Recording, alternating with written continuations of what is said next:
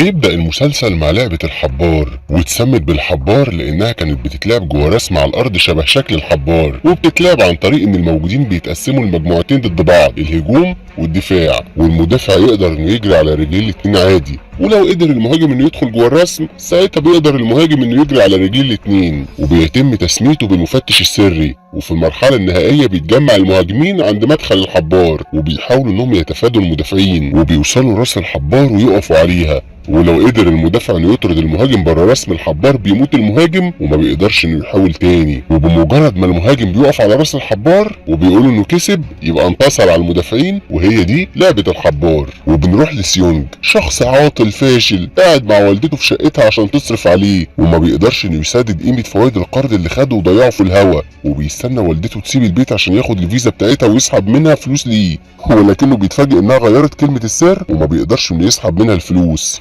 وبيفضل يجرب ارقام اعياد الميلاد اللي فاكرهم لحد ما بيحط عيد ميلاد بنته وبينجح في سحب اللي عايزه، وبيروح يراهن بيه على سباق حصنة، والاول مرة في حياته بيكسب حاجة تجيب فلوس، وبيدي موظفة الاستقبال اكرامية، ولكن بسبب نحسه وحظه السيء بتتسرق منه الفلوس بسبب نشالة بيخبط فيها وهو بيحاول يهرب من الديانة، لحد ما بيمسكوه، وبعد ما بيضربوه بيجبروه انه يمضي تنازل عن اعضائه لو ما دفعش الفلوس اللي عليه على اخر الشهر، وهيبقى مصرح ليهم انهم ياخدوا كليته وعين من عيونه بالموافقة اللي باصم عليها بنفسه. وبيرجع تاني لموظفة الاستقبال وبياخد منها الاكرامية اللي اداها لها، وبيلعب لعبة صيد الهدايا علشان معهوش فلوس يجيب لبنته هدية في عيد ميلادها، وكل محاولاته بتفشل بسبب نحسه، لحد ما بيساعده طفل صغير وبيكسب هدية مقفولة، وبيروح يديها هديه لبنته بمناسبه عيد ميلادها، وبتطلع الهديه عباره عن ولاعه على شكل مسدس، لكن بنته بتفرح ان ابوها جاب لها هديه برضه مع انه اخدها منها عشان ما تضرش نفسها بالنار، وبيوعد بنته السنه الجايه هيجيب لها هديه كبيره، وبيبان ان بنته عايزه تقول له حاجه لكن بترجع في كلامها وبتسكت، وبيوصل بنته لبيت امها وجوز امها وبيودعها، وبيرجع تاني عشان يركب القطر واللي ما بيلحقوش وبيضطر انه يستنى القطر اللي بعده، وبيجي جنبه واحد بيعرض عليه انه يلعب معاه لعبه اسمها لعبه الدجي، وهي عباره عن قطعتين من الكرتون، واحده بتترمي على الارض والتانيه بتبقى في ايد اللاعب، ولو قدر اللاعب انه يضرب القطعه اللي في ايده على القطعه اللي في الارض ويقلبها يبقى نجح، ولو ما اتقبلش يبقى فشل. وبيعرض الراجل على سيونج انه لو كسب هيديله 100,000 ون وهي العمله بتاعتهم، وبيجرب سيونج حظه الاول وكالعاده بيفشل، وبيجرب الراجل دوره وبينجح انه يقلب القطعه بتاعته اللي على الارض، وبيكون سيونج معهوش فلوس يدفع، فالراجل بيقول انه ممكن يدفع له عن طريق جسمه وبيضرب سيونج بالقلم، وبيجرب سيونج جولة تانية وبيتضرب في الاخر بسبب فشله برضه، وبيفضل سيونج يفشل ويتضرب لحد ما وشه يحمر، وفي مرة وحيدة يتيمة بيكسب سيونج وبيكون في منتهى السعادة وبياخد ال100,000 ون، وبيقول الراجل انه يقدر يخليه يكسب فلوس اكتر بكتير من خلال اللعب، وبيبدأ يقول انه عارف تاريخه كله وانه شبه عاطل حاليا وانه شغال سواق بس وفلوسه ما بتكفيش مصاريفه، ولسه ماضي على تنازل عن اعضائه بسبب انه مديون ب 160 مليون ون للديانة و225 مليون للبنك بسبب القرض اللي اخده منهم، وليه بنت عندها 10 سنين عايشة مع طليقته وجوزها، وبيديله الكارت بتاعه وبيقول انه لو حابب يكسب ملايين يتصل بيه، وبيسيبه وبيمشي، وبيكون سيونج مبسوط ان معاه فلوس وبيشتري عشاء ليه ولوالدته وبياكلوا سوا، وبتقول والدته ان مراته وجوزها ومعاهم بنته هيتنقلوا السنه الجايه لامريكا، وبيتصدم سيونج من اللي سمعه وبيفتكر ان بنته كانت هتقول له كده ولكنها سكتت،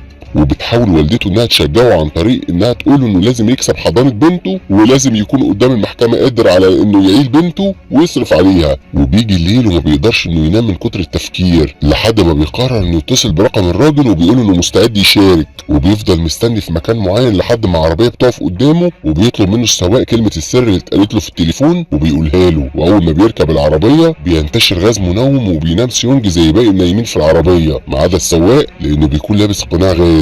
وبيصحى سيونج وهو في مكان واسع كبير فيه ناس كتير وبيلاقي نفسه لابس لبس موحد مع الباقي وواخد رقم 456، وقدام كل واحد كاميرا بتراقبه وكل الموجودين متراقبين من اشخاص معينه، وبيقوم سيونج من مكانه وبيلاقي شاشه قدامه بعدد الاشخاص الموجودين في المكان، وبيكون سيونج هو اخر واحد جه المكان ده، وبيقابل راجل عجوز غلبان رقمه هو 1، وبيسال سيونج عن سبب وجود راجل عجوز زيه في مكان زي ده، وبيقول للعجوز انه عنده ورم في دماغه وقريب هيموت فما فيش حاجه هيخسرها لما يشترك، وبيسمع وبيسمعوا واحد بلطجي بيضرب في البنت اللي سرقت سيونج، وبيكون بسبب مشاكل قديمه بينهم، لحد ما سيونج بيتدخل بسبب انه عايز فلوسه منها لانه تعرف عليها ان هي اللي سرقته. وقبل ما يكملوا كلام سوا بيدخل ناس من البوابه وبيكونوا لابسين اقنعه عليها علامه الدايره، وبيبدا واحد قناعه مرسوم عليه مربع بيتكلم مع كل الموجودين وبيقول لهم ان كلهم هيشاركوا في 6 العاب مختلفه في 6 ايام، واللي هيكسب الالعاب ال6 هيكسب جايزه نقديه عاليه، وان موبايلاتهم ومحافظهم هترجع لهم بمجرد انتهاء اللعبه، واشكال فريق اللعبه هتفضل مخفيه حفاظا على سريه فريق العمل. وبيتكلم واحد من اللاعبين وبيقول انه مش مصدقهم ولا واثق في كلامه، وبيبدا المقنع يقول لهم ان كلهم مديونين بمبالغ كبيره، وتم تصويرهم وهم بيلعبوا الدجي وبعدها خدوا فلوس، وساعتها كلهم وثقوا في الشخص اللي سلمهم الفلوس واتصلوا برقمه لدخولهم اللعبه، وان مسموح لهم يرجعوا لحياتهم البائسه او يكملوا معاهم، وان الالعاب ال6 مجهوله لكل اللعيبه وهيعرفوها بمجرد اشتراكهم فيها. وبيسالهم سيونج عن قيمه الجايزه، وبيتقالوا ان الحصاله اللي فوقيهم هتتملي فلوس بعد اول لعبه يلعبوها، وهيتقال لهم المبلغ بعد انتهاء اول لعبه، ومن حق كل الموجودين يا اما ينسحبوا او يتوجهوا لامضاء عقد اللعبه. وبيكون اول بند في العقد ان اللاعب ما ينفعش يقف عن اللعب ابدا، والتاني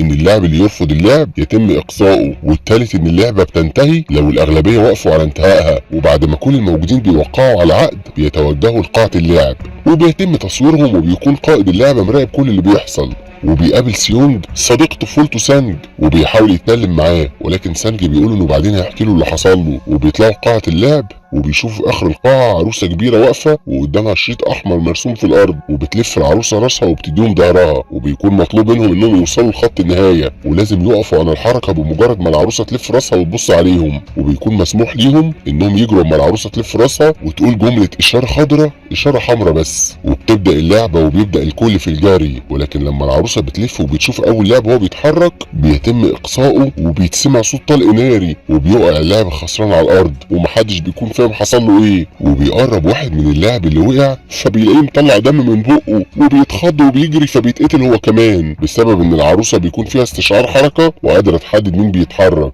وبتنتشر الفوضى والدم في كل مكان لان اغلبيه اللعيبه جريوا من خوفهم، وبيكون كل اللي اتحركوا تم القضاء عليهم، وبيكون القائد قاعد بيتفرج عليهم ومستمتع وهو بيشوفهم بيموتوا قدامه، لحد ما بتكمل العروسه اللعبه واول واحد بيتحرك فيهم بعد المجزره اللي حصل هو العجوز، وبيبدا باقي اللاعبين يجروا ويقفوا وهكذا. وبيكون سيونج واقع عليه واحد وبيحاول انه يقوم من مكانه، وبيكون قدامهم مده محدده لازم يعدوا خلالها الخط الاحمر، وبيبدا اللاعبين يعدوا الخط، واثناء ما سيونج بيجري بيدوس على دراع واحد، وقبل ما بيقع والعروسه تشوفه بيلاقي واحد اسمه علي مسكه ومنعه من الوقوع والموت، وبيعدوا سوا والمده بتخلص، وكل اللي فشل في الوصول للخط الاحمر بيتم قتله، وبيظهر مكانهم انهم على جزيره في وسط البحر، وبيتم حرق كل الجثث اللي ماتت، حتى الناس اللي فيهم الروح برضه بيتحرقوا وبيتم التخلص منهم نهائيا. وبيكون باقي اللاعبين مصدومين من اللي شافوه، لحد ما فريق العمل بيدخل لهم وبيقول لهم المقنع ان عددهم قل من 456 لاعب ل 201،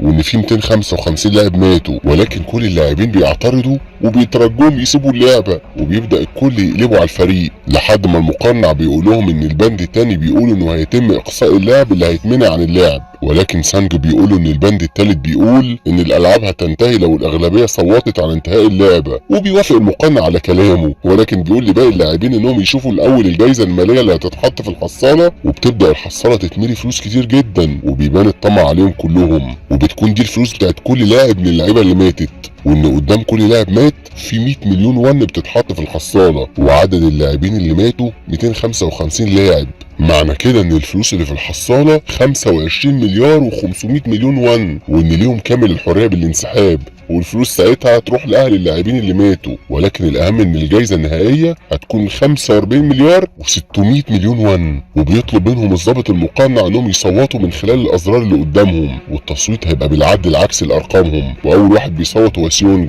والزرار الاخضر معناه الاستمرار والاحمر معناه الانسحاب، وبيدوس سيونج على الاحمر وبيبدا كل اللاعبين بالتصويت، وفي الاخر الاصوات بتتعادل، وبيجي الدور على رقم واحد وهو الراجل العجوز، وبيصوت بانهاء اللعب، وفعلا بتنتهي اللعبه، وبيقول لهم الضابط المقنع ان كل واحد هيرجع بيته من تاني، ولكن ليهم فرصه انهم يرجعوا من جديد للعبه، وبيتم تنويههم كلهم، وبيتفرقوا في اماكن مختلفه وبيترموا هم متكتفين في الشوارع. واول حاجه بيعملها سيونج انه بيروح يبلغ الشرطه عن اللي حصل، ولكن محدش بيصدقه، فبيدوهم الكارت ورقم التليفون اللي اتصل بيه عشان ينضم للعبه. وبيتصل الشرطي بالرقم الموجود في الكارت، لكنه بيلاقي ان الست بترد عليه وبتزعق له بسبب انه اتصل بدري كده، وبيطرد سيونج بره المركز. وبيكون في ضابط شرطه اسمه هوانج واقف شايف اللي بيحصل وبيشوف شكل الكارت بتاع سيونج، فبيروح سيونج لوالدته وما بيلاقيهاش في البيت، وبيفضل يدور عليها لحد ما بيجيله تليفون من المستشفى اللي هي فيها، وبيعرف ان عندها داء السكري وسيطر على رجليها وانها محتاجه علاج ضروري، وفي اسوأ الحالات رجليها هتحتاج للبتر. ولكن بعد ما بتفوق امه بترفض تفضل في المستشفى وبتقوله ان مفيش فلوس للعلاج ولا للمعيشه لو هي رقدت، وانها لازم تقاوم عشان حياتهم ما تتدمرش اكتر. وبيقول سيونج انه هيجيب لها فلوس ويجي. وبيكون هوانج ضابط الشرطه ليه اخ مفقود بقاله كام يوم، وبتبلغه صاحبه السكن اللي هو فيه انه اختفى لانه ما دفعلهاش الايجار. وبيروح ظابط شقته وبيلاقي نفس الكارت اللي شافه في مركز الشرطه مع سيونج، فبيرجع تاني لمركز الشرطه وبياخد معلومات سيونج وعنوان بيته. وبيظهر ان كل واحد من اللاعبين حياته متدمره بسبب قله الفلوس، ومنهم علي اللي بيكون محتاج فلوس وبيتخانق مع مديره السابق بسبب انه مش راضي يدفع له اجره 6 شهور، وبيتخانقوا سوا لحد ما ايد مديره بتتسحب جوه المكنه، وبياخد علي الفلوس اللي كانت مع مديره وبيهرب عشان يديها لعيلته. وبيكون سانج بيكلم والدته وبيطمنها انه كويس وانه في رحله عمل في امريكا ومش هيجي قريب بسبب ظروف الشغل، وبيكون مفهمها انه شغال في وظيفه كويسه لدرجه انها بتفتخر بيه قدام كل الناس، لحد ما بيجي لها محققين في محلها من الشرطه لانهم بيدوروا على سانج ابنها بسبب تهم اختلاس وتزوير وجرائم ماليه تانيه، وبتفهم امه انه بيكذب عليها وانه نصاب. وبيكون سانج ساعتها مقرر انه ينتحر لحد ما بيلاقي بابه بيخبط، وبيشوف كارت تحت عتبة شقته من لعبة الحبار فيها ميعاد ومكان المقابلة لو حابب ينضم ليهم من تاني. وبيكون سيونج بيحاول انه يستلف اي فلوس لمساعدة والدته لكنه بيفشل، وبيقابل العجوز بالصدفة في محل في منطقته، وبيقول للعجوز انه قرر يرجع للعبة تاني لان حياته حاليا عذاب اكتر من اللعبة نفسها، وانه غلطان لما قرر ينهي اللعبة. وبيكون الكارت بيتوزع على كل اللاعبين، وبيلجأ سيونج انه يروح لطليقته يستلف منها فلوس عملية امه، لكنها بترفض انها تديله لان مش معاها فلوس، وبتطلب منه يسيب البيت قبل ما جوزها يجي ويعمل مشاكل. لكن جوزها بيرجع ومعاه الاطفال من بره، وبتقوله ان سيونج كان جاي يطمن على بنته وهيمشي حالا، وبينزل وراه زوج طليقته وبيديله فلوس، وبيقوله انه مقابل الفلوس دي مش عايز يشوف وشه تاني ولا يفكر يجي يزور بنته. ولكن سيونج بيضربه لانه بيحاول يخليه ما يشوفش بنته، وبتكون بنته شايفه سيونج وهو بيضرب جوز امها. وبيرجع بيته بيلاقي الظابط هوانج قدام بيته وبيساله عن الكارت اللي معاه، وان اخوه كان معاه نفس الكارت واختفى. ولكن سيونج بيرفض انه يتكلم معاه، وبيقوله انه مش فاضي يسمح له بمساعده حد، وبيسيبه وبيدخل شقته. وبيلاقي كارت اللعب على بابه، وبيبدا كل اللاعبين اللي سابوا اللعبه يرجعوا لها تاني، وبيكونوا مستنيين في مكان محدد ليهم. ولكن المره دي بيكون هوانج الشرطي مراقب العربيه اللي اخدت سيونج، وبتكون كانج النشاله ما نامتش في العربيه من الغاز لانها قدرت انها تتجنب استنشاقه في العربيه. وبيفضل هوانج مطاردهم لحد ما بيلاقيهم داخلين مينا، وبيستخبى تحت عربيه من العربيات لغايه ما بتطلع على سفينه وبيدخل يستخبى ضمن الاشخاص النايمه. وبيستنى واحد من اللعبه يدخل عليه وبيقدر انه يقتله ويلبس لبسه وبينضم لباقي فريق اللعبه. وبتكون كانج فايقه وبتقدر انها تحتفظ بالسكينه بتاعتها من غير ما تتاخد منها، وبيصحى كل اللاعبين في القاعه بتاعتهم تاني بنفس لبسهم وارقامهم. وبيبقى في 187 لاعب رجعوا يلعبوا تاني على جايزه قيمتها 26 مليار و900 مليون ون. وبيقابل سيونج صاحبه سانج وعلي اللي انقذوا من الموت، وبيقول لهم انهم ممكن يكونوا فريق سوا عشان يعدوا اللعب مع بعض. وبينضم لهم العجوز، وفي نفس الوقت بيجمع البلطجي برضه فريق عشان يبقوا يلعبوا سوا، وبيتوزع عليهم الغدا وبعدها للنوم. بس بتفضل صاحبة رقم 212 تصرخ انها عايزة تدخل الحمام، فبيسمحوا لها انها تروح، وبتروح معاها كانج كمان. وبتحاول كانج انها تفتح فتحة التهوية بالسكينة اللي معاها وبتدخل فيها عشان تستكشف المكان، وبتتفق مع التانية انها تغطي عليها لحد ما ترجع وهتبقى تحكي لها كل حاجة شافتها. وبتتحرك كانج براحتها وبتشوفهم وهما بيدوبوا السكر في المطبخ، وبترجع بسرعة للحمام قبل ما تتكشف، وبيرجعوا لسريرهم من تاني. وبيسمعهم سانج وهما بيتكلموا. وبيجي تاني يوم وبيكون هوانج نايم في الأوضة المخصصة للشخص اللي قتل وسرق زيه، وبيقوم وبينضم لباقي الفريق في اللعبة. وبيتوزع الفطار على اللاعبين، ولكن سيونج بيرفض انه ياخد لبن لانه بيتعبه، وبيقول للعجوز انه اكيد كان بيتضرب كتير من والده وهو صغير، لان هو كمان كان بيضرب ابنه بسبب كرهه للبن برضه. وبيفضلوا قاعدين ياكلوا لحد ما بيتم اعلان ان اللعبة التانية هتبدأ قريب. وبيكون في واحد من اللاعبين رقم 111 بيقرا رسالة مبعوتة له في الاكل بتاعه عن نوع اللعبة الجاية. وبيمشي سينج ورا كانج وبيقول لها انه سمع انها شافت حاجة امبارح وعايز يعرف هي شافت ايه مقابل انه ممكن يساعدها بذكائه. وبتحكي له عن موضوع السكر المذاب،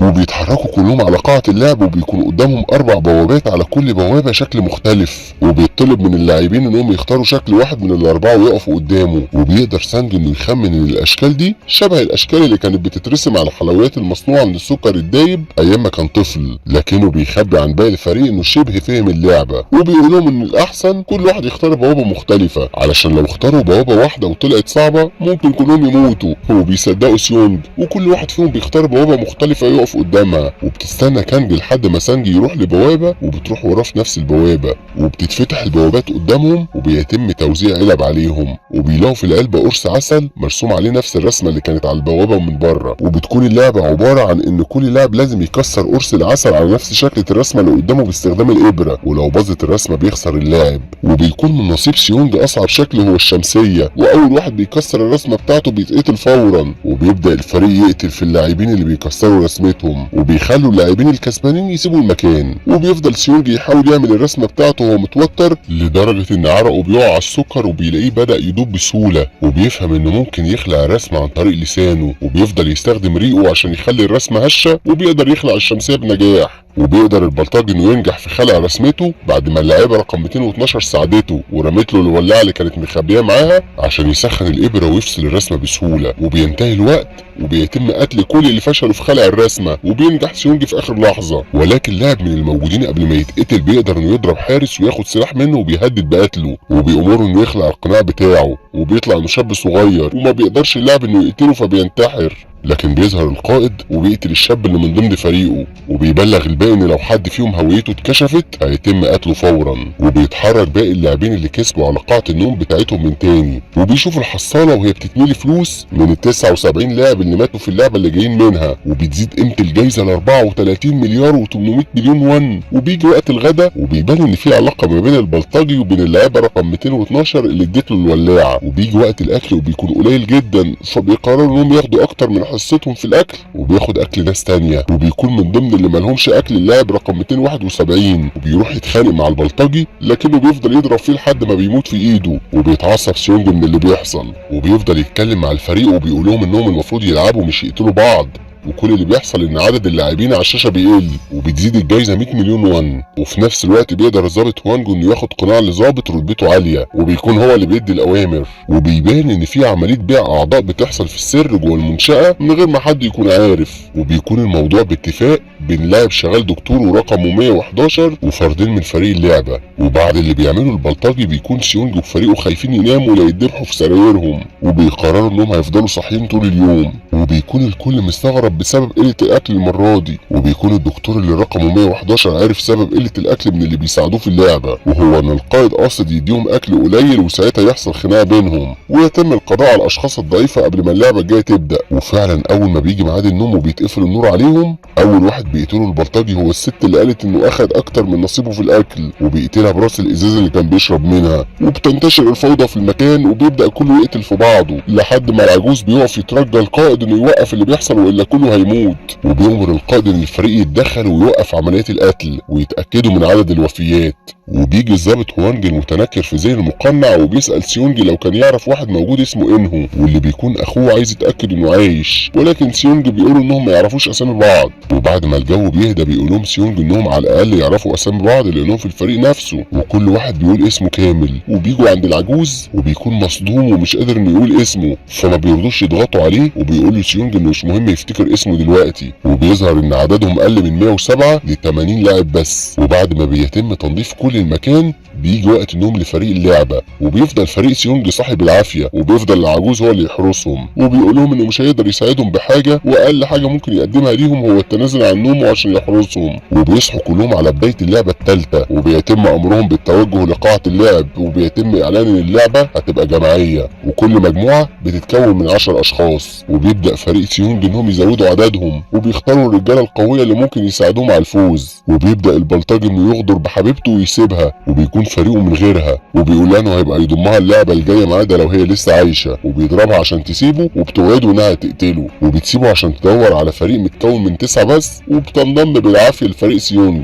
وبيتقسم كل اللاعبين ل8 مجموعات، كل مجموعه 10 اشخاص، وبتكون اللعبه يشد الحبل لكن من مرتفع عالي. وبيحبط سيونج وبيعرف انهم خسروا بسبب فريقهم الضعيف، وبيتم اختيار الفريق اللي هيلعب عن طريق القرعه، وبيكون اختيار فريق البلطجي قدام فريق ضعيف، وبيكسب فريق البلطجي بسهوله، وبيموت كل الفريق اللي قدامهم بسبب وقوعهم من على ارتفاع عالي جدا. وبتيجي الجوله الثانيه وبيكون الدور على فريق سيونج، وبيجي نصيبهم قدام فريق مليان رجاله، وبيكونوا محبطين كلهم ما عدا العجوز اللي بيشجعهم وبيقول لهم ان شد الحبل مش بيعتمد على القوه بس، وانهم لو لعبوا بالطريقه اللي هيقول لهم عليها هيكسبوا، وبيثقوا في كلامه لان ما قدامهمش غير كده. وبيقول لهم ان القائد لازم يبقى قوي ما يبينش ضعفه للخصم، وبيعلمهم يقفوا بطريقه معينه عشان يستخدموا كل قوتهم، وان اول 10 ثواني يدافعوا بس ما يسحبوش، ولحظه ما الخصم ينهار او يغلط يبداوا يسحبوا. وبيكون فريق سيونج قرب انه يكسب اخيرا لحد ما الفريق التاني بيستجمع قوته وبيبدا هو اللي يسحبهم ناحيتهم. بس سانج بيقول لهم فكره انه عند اشارته يتقدموا 3 خطوات ناحيه فريق الخصم كانهم هينتحروا، وفعلا بيسمعوا كلام سانج